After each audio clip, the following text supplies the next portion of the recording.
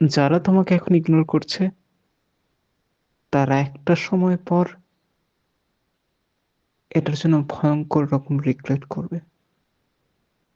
সে তুমি কিছু অ্যাচিভ করো আর নাই বা করো, তুমি তাদের সত্যিকারের ভালোবেসেছিলে, এটাই হলো সবচেয়ে বড় কথা।